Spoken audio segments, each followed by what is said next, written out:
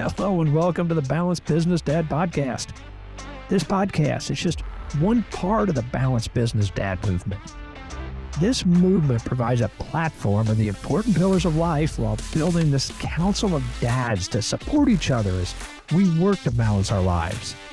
The 6 pillars of life that we strive to balance are our faith, our health, our marriage, fatherhood, brotherhood, and our business. We are here to build a council of dads to celebrate wins and as well as to share the challenges of being a husband, a father, and all the while working to keep our pillars in balance. The goal of the Balanced Business Dad movement is for dads to be better in all things balanced, because everyone in our lives deserves it. Hello, and welcome to another episode of The Balanced Business Dad. I'm your host, Coach Dustin, and with me in studio, of course, is my co-host, my friend, my partner, the much older, the much wiser, Mr. RJ Campbell. RJ, how are we doing today? Now that's a good day because I'm always older. I think this is the first time I'm considered wiser. I'm having a great day now. Yes. Look at that. It's all up. It's all good. Yes. Awesome. Guys, I am so excited for this interview. We are interviewing someone that I've known for 11 years, probably 12 years in a professional capacity. Yeah, we've kind of followed each other, that kind of thing. So I'm super excited. It is a man that, follows the pillars of the Balanced Business Dad and just lives his life with purpose. And I love that. And, Dr. Nate Salah, right? I don't know if I ever pronounced that correct. You got it. Perfect. So guys, I'm super excited. I'm just going to call you Dr. Nate because that's how I've known you. But let's just jump right into it and tell the audience a little bit about yourself and kind of what you're doing now and then how you came to this role, especially the doctor, because I didn't even know there was a doctor of leadership. So that's... Yeah, I know, right? It's like, what could you be a doctor of, right? My son's like, what is a doctor of philosophy? What do you do? Well, there's a lot of different kinds. For me, it was a long journey of educating myself on how to really fulfill the one thing that I think is more important than any other role in humanity, and that is leadership. I mean, everything hinges on leadership, whether we live or die, whether we succeed or fail, whether we thrive or have issues that we just can't seem to resolve. It all revolves around having people who can help us to overcome our obstacles. And so it was a culmination. So I didn't ever think when I was growing up that I would have, that I'd be teaching at a university and I'd have businesses and I'd have opportunities to just serve in a greater capacity. I thought I'd be dead or in jail.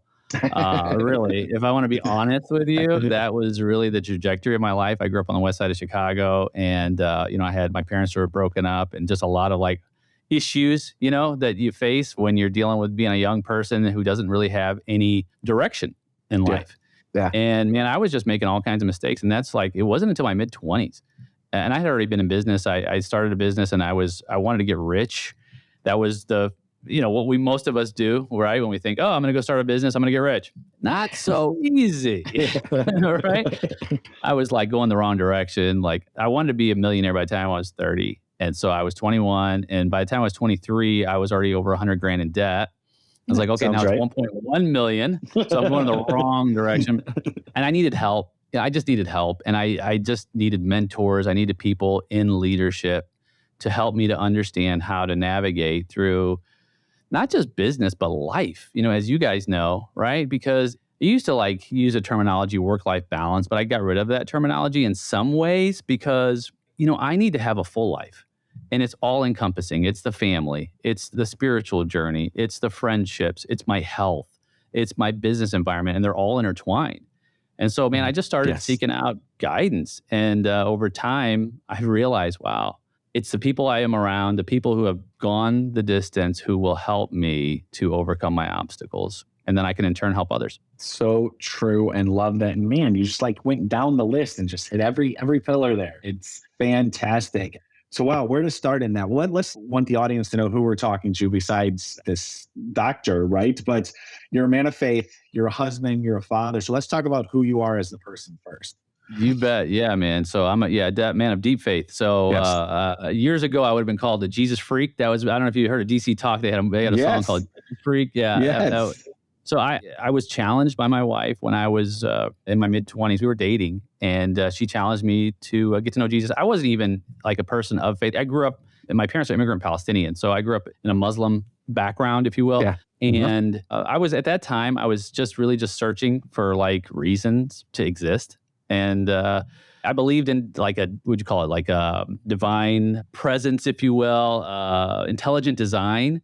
But I didn't really have any understanding of, is there more to this journey in spiritual life? And she challenged me to get to know Jesus and said, hey, I challenge you to get to know him. I'm a guy who takes challenges pretty seriously. So I took it the distance, man, and I became a follower. And it was a 180 for me. I was doing all kinds of dumb stuff. And I realized, wow, there's real power in who we follow and the trajectory that they've gone on. So becoming a man of faith was really the turning point in my life. And then from there, I got married. And I married a woman who at first we thought we wouldn't make it. For anyone listening who is struggling in their marriage, and we've been together 24 years now. We started dating and we married 2 years later. And I have to be honest, the first 5 to 10 years, I mean, there were days where I get a phone call from my wife's mom and she'd say, you need to pick her up and in your car. I'm like, well, she's the one that got out of the car, so she can walk home, right? I mean, that was it, right? You couldn't imagine that today, right? Especially being, friends on Facebook and the way I adore my wife and the way I lift her up. Right. But those are some of the challenges that we faced early on. But what we did is we had one focus, is that we were not going to give up. We were going to focus on how we can make this marriage prosper. And that was a non-negotiable for us. The D word was not involved. Her parents got divorced. My parents got divorced. And from day one, people said, what if your wife cheats on you? You wouldn't leave her then. I'm like, well, you can't leave someone who's dead. So, I'm kidding, kind of. My wife for years, she said, I thought you were serious every time you cracked that joke. But the point is that, you really have to be convicted and you have to have commitment to overcome the obstacles you face. Find a way. Don't take the easy way out. And that was our journey. So we did marriage conferences. We did counseling with other married couples who had overcome the obstacles. Lots of time reflecting and growing in ourselves, coming closer to God. And today, those days are long gone. We laugh about them now. I mean, every so often, we get irritable, agitated like any human does, but it's all small stuff. And I know that a lot of people have big problems and big challenges, but man, my advice, encouragement, don't ever lose hope. Always, always, always try to focus on how I can find a way to work together to make this work. And of course, it does take two. So the marriage thing, it's going great, and I'm super thankful for that. But it all started with that foundation of faith, and then, so of course, academia. I'm a university professor part-time. I have a number of degrees. I have an undergraduate, a master's degree, and a PhD. I actually dropped out of college when I was, because that whole get rich thing. Right. And, college is just getting in the way. That's just taking time away from my schedule. I was like, it was. I was like, I want to be like Steve Jobs or Michael Dell or Bill Gates. They all dropped out and they got, uber rich, right? So I went back to school because actually I loved learning. I loved academia. And so I went back to school, and it actually helped my businesses because I had a tax business. I had a paging and cell phone business. For your listeners who remember what pagers are. I've heard those. I've heard about those. You've heard about, yeah. All right, RJ, you've heard about it. A beeper. A beeper. A beeper. I told my son about it recently because we were passing a payphone. And he's like, what's that for, Dad? I said, well, people still use payphones, but back in the day, there were no cell phones. And he's like, well, how'd you communicate? So we had beepers. Like, what are beepers? So you dial the number, and this little device on your hip usually would buzz, and it would have the phone number of the person you called. He's like, well, how would you call them? Wouldn't you use your cell phone? I'm like, son, they did not exist. You had to go find a phone that was connected to the ground and made the call. Anyway, so I had my cell phone store and all that. And over time, I learned better practices. My health was actually kind of in a bad spot. When I was under so much stress early in my business, I was ulcerating. I don't know if you've ever experienced that, but I would, the bleeding, I was coughing up blood. Oh. And I would wake up in the morning, and I don't know if you've ever felt this way, but like this huge backpack full of like 100-pound weights. I'd put it on my back as I started my day because there was so much weight of business, right? payroll, making more money, supporting the needs, paying the bills, something's leaking, unhappy customers, right? And it was tearing me up. You would never know that today. You'd think, oh, Nate, you're such a, easygoing guy and all that. But I had to release all that. And it's not easy to release. How did you do that? What was that process? Well, first of all, it doesn't happen overnight. Number one, you can't solve your current problems quicker often than it took to create those problems. I had to take a step back and realize, what are my triggers for high stress? And my triggers were, I was running not only my business, but my life in a way that was reckless. I was partying on the weekends. This is, pre-wife, partying on the weekends. I was spending money frivolously. I was just living for the moment. And I had to put a stop to all that, a hard stop. I ended up closing down one of my offices because it was too much. I had a mentor who said, Nate, you're going to have to let something go. And that's tough to do when you start building things. And you got to make a shift. You feel like a failure sometimes. But see, the thing about it is, I look at it like this: failure is not final; it's feedback. Oh, it's only final when you give up. So just don't give up, right? It just means that I've got more plays for my playbook. Every time that something doesn't go in a way that I anticipated, it doesn't mean that it's over. Like, what baby doesn't walk on the first time they try to get up, and you go, it's over, kid. You're done. No. Yeah. You'll never walk. You tried it. You'll never walk. Just give it up. No, you don't. You do the opposite. You encourage that child, right? You ask that child, get back up, try it again. And then after the 5th, 6th, 15th, 20th time, they finally take those 3 steps and you celebrate. In a lot of ways, if we could reframe our own experiences in that way as adults, because we forget what it's like, it changes the dynamic of how we view our present circumstances. I'm not going to knock it out of the park every single time, and that's okay. The goal, though, is to make sure as I have mistakes or things that don't go the way I thought, that, as Jim Collins said, fire bullets before cannonballs, right? Don't go all out when there's a lot of risk. Take steps that are stretch goals, but don't push yourself so far that it's unrecoverable, right? That's so good for everything that we do in life, right? So our businesses, our family, everything. So that is awesome. So the man you turned into today, obviously there's so many lessons involved in what you just said. But one of the lessons that I don't know if you even knew I was going to bring up, but it's something you said right before this, because you obviously do own a tax company, and we are recording this during the heart of tax season. And you're like, no, I have a really good team, So something that I coach on is kind of going through that, the cash flow quadrant, if you will, right? Where you're an employee and then you own a job, but now you own a business, right? Where they do it and you do it as a team, that kind of thing. I would love to know how that pivoted. Do you remember how that happened, or did it happen? Did it take a long time? Well, I would love to hear that story behind that. Oh, yeah. Yeah. So when I started back in 95, I hired my best friend as my first employee. Genius. And genius, right? Yeah, because that's what you do. Absolutely. Hey, bro, I just started a business. Anyway, he was good. So I knew early on that scaling my business meant bringing people on to help me. But that wasn't, and as much as I'd love to say that that's the trajectory I took, it wasn't so. Like, I've always been a worker, if you will. Like, I love to work. I love the technical aspect of work. I love the artistry of work. So for years, here's what was happening. So my company began to grow. And as you improve in your skills as a technician, more people want to do business with you because you can help more people solve problems, right? So then you grow beyond yourself, of course, because there's only so many hours in a day that you can do your work. So then you start hiring more people. Part of the problem is you're still a technician. So you're not leading and managing. You're a technician, and you've got other people who are also possibly technicians.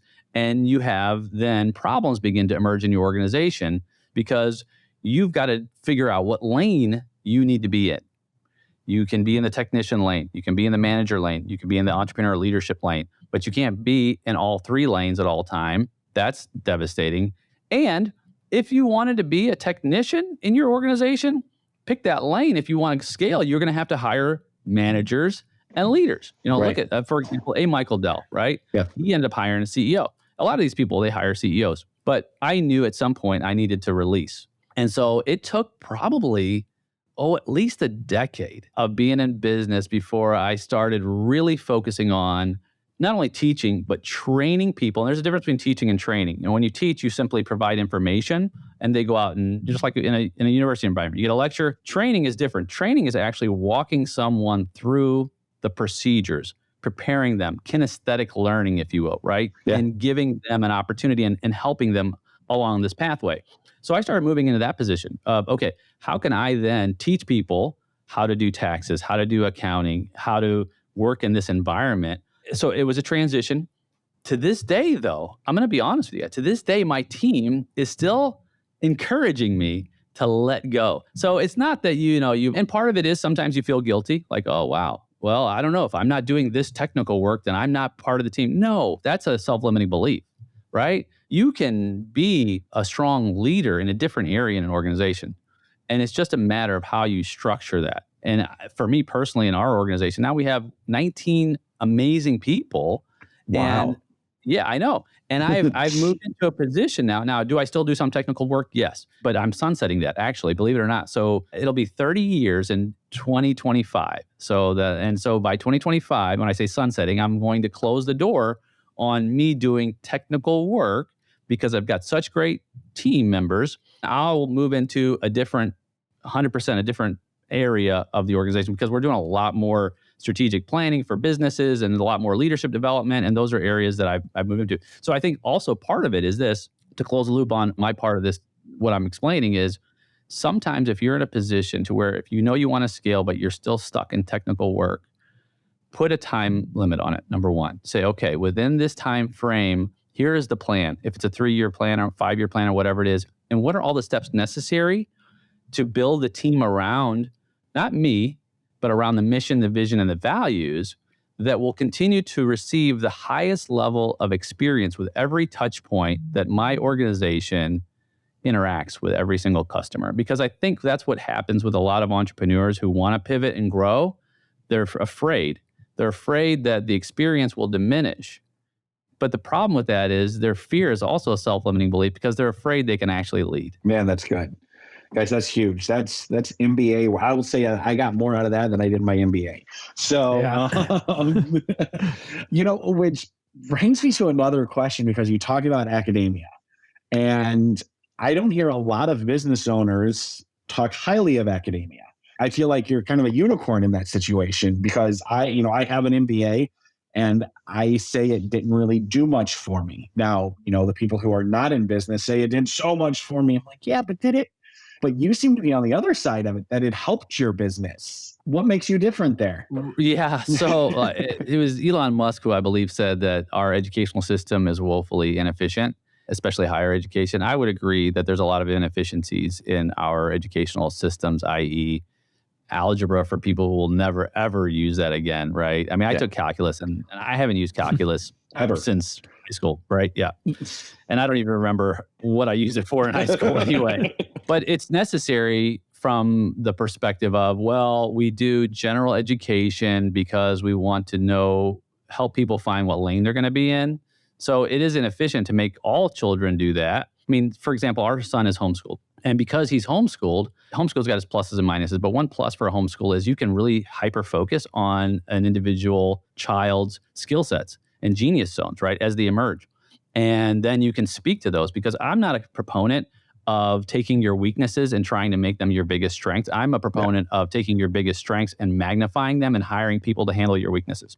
Yes. In an organizational environment, right? It only makes sense. But for me, I already had my company when I was 21. So I went back to school when I was 25. And when I went back to school to finish my undergrad in business, everything that I was learning, except for business law, I'll come back to that. Everything I was learning, I was integrating and implementing into my business, my planning, my structure, my HR model, operations, finances, all those pieces. And for me, I was extracting what I needed and I was forgetting everything else. In fact, when I teach at the university level, the first day of school, when I talk to my students, I'll tell them this, and I hope the deans aren't listening to your program. Uh-oh. It's fine if they are. It's fine if they are. I'll tell my students, here's what I want you to do. Everything that is going to be on the final exam is only what you're going to use in business. Everything else, just forget it. Don't even attempt to memorize. And students are like, is this dude for real? And the reason is you're going to forget it anyway. Yeah. You're going to forget what's not applicable and useful to you, what we call value, utility, right? What doesn't have utility for you, you're going to forget anyway. So why not test you on what you're going to put into practice? And so my exams they're not even real exams. I usually have, in business class, I'll usually have as a final exam where the student, based on the course, will interview a person in an industry that they are attracted to on the specific aspects of the coursework that they believe will apply to them. They all ace it. They all give it their all. Right. Because they're engaged, because they use it, right?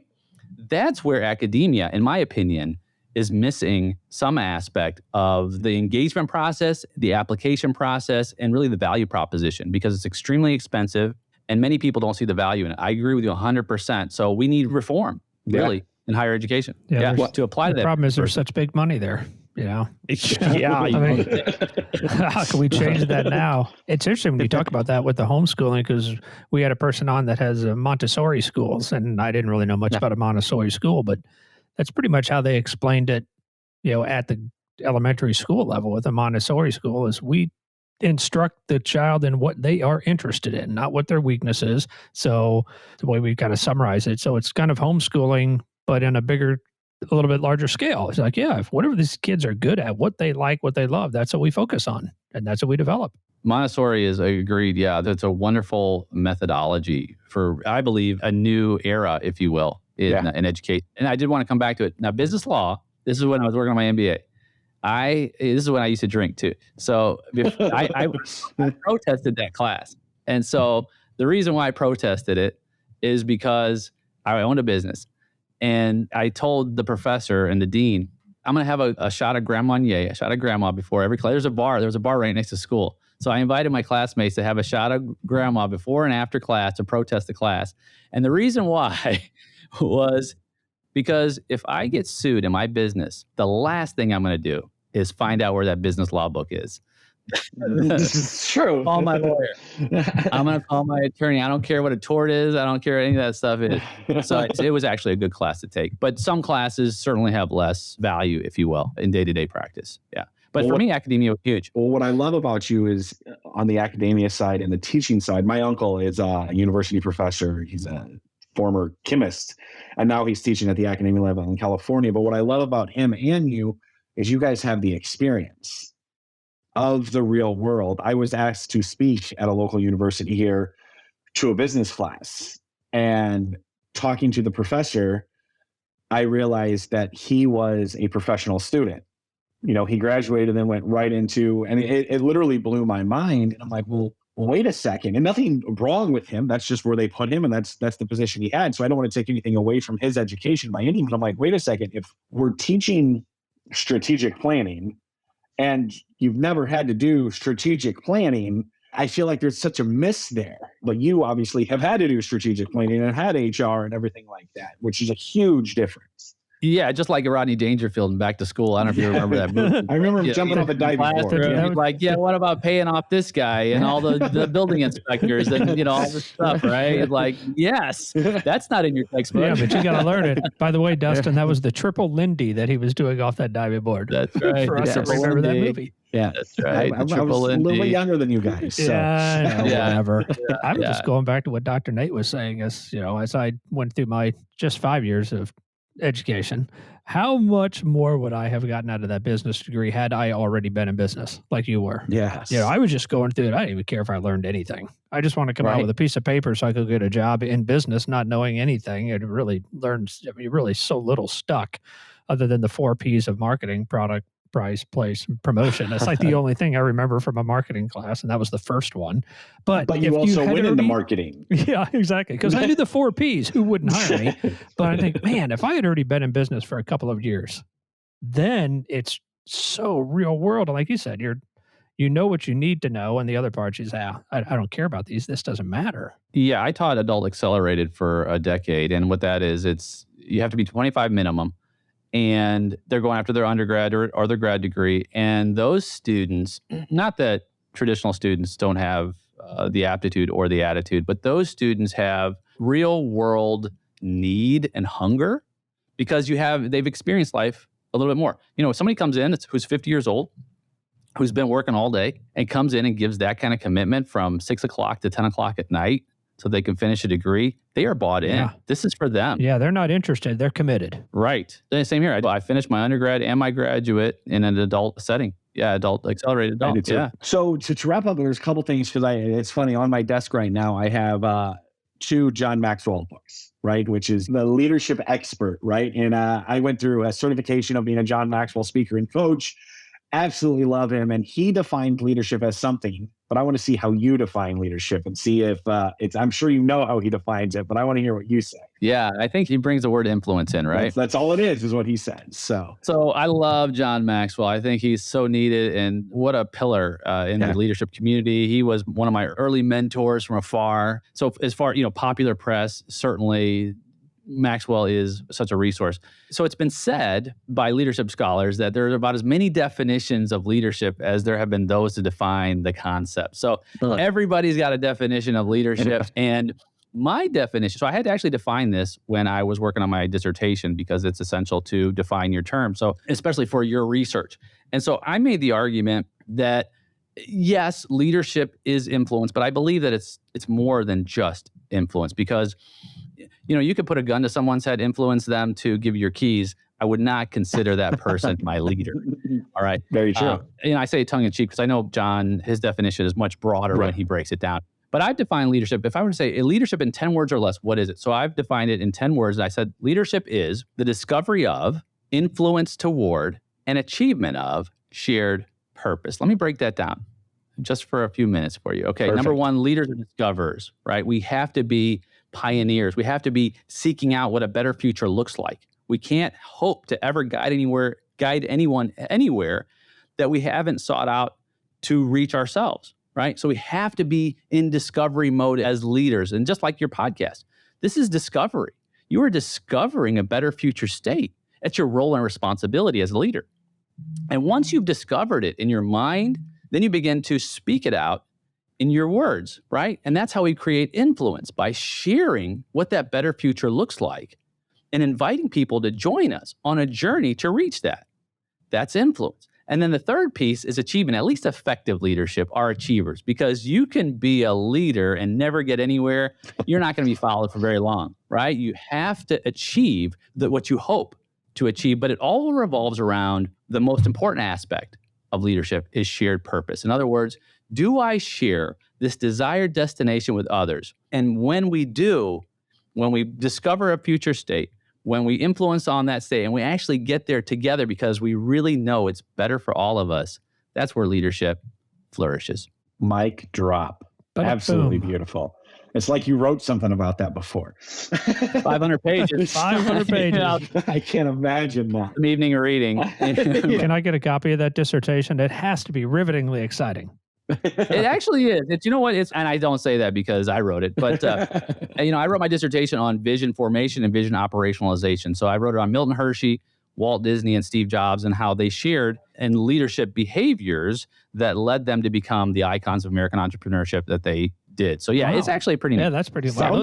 Those are three icons. Yeah. This has been awesome. Nate, thank you so much. I guess couple things that I want to leave with. So one question is, what's the one piece of advice that you would give the business dad out there that may be struggling in business, but all the other pillars, like what would you give them as advice?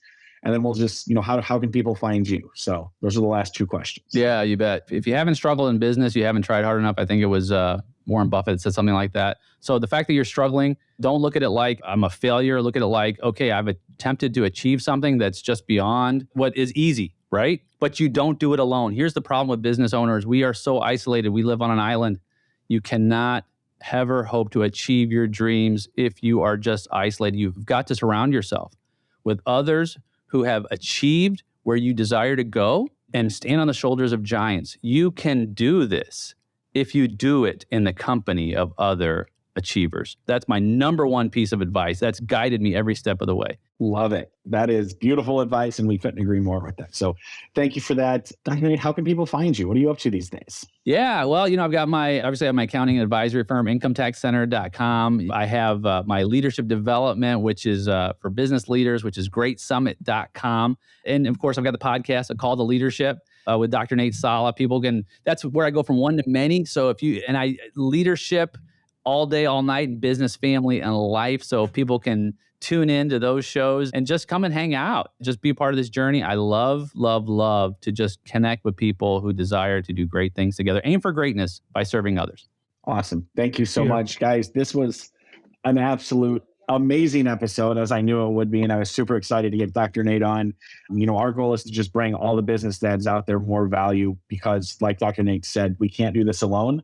So let's do it together, and we can all rise together, right? That's what we talk about. That's what we're here for. That's what the Dad Up Council is all about.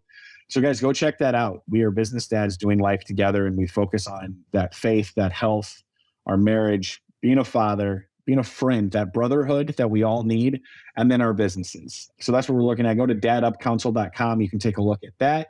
RJ will also tell you how to find us more. Yeah. So as I always say, guys, thank you so much for listening. And biggest way you can help us out, just rate the podcast. That gets it out so more dads can find it. Biggest help. Finding us, communicating with us. We have a Facebook group that is coincidentally titled The Balanced Business Dad. So reach out to us on there. We'll accept you in. We have 300 plus entrepreneur dads just hanging out, doing life together, communicating, sharing wins, having a great time. That's the best way. Join that group, and we'll put out some content and kind of hang out there. That's the best. Dustin will probably talk a little bit more about the Dad Up Council, which is kind of the next step, our mastermind. And I just want to add one other thing that Dr. Nate had said. And it's something to it, and I think it's so important. There is a difference between failing and being a failure. So many business people, when things go wrong, I'm such a failure. No, there's nothing wrong with failing. We learn from our failures. We fail all the time. We failed a lot trying to learn to walk. You're not a failure. Big difference between failing and being a failure. So that's my little nugget that I had to throw in at the end. So guys, thanks so much for listening. This has been fantastic. Dr. Nate, tremendous. Thanks for having me. Yes. Yeah, this has been a blast. Yes, blessings to both of you for what you're doing and to the whole community. I'm so thankful for your contribution. These are the words that will ripple through eternity. So thank you for being just on the front side of that and then leading us to a better future state. Amazing. Thank you, guys. We'll see you next week.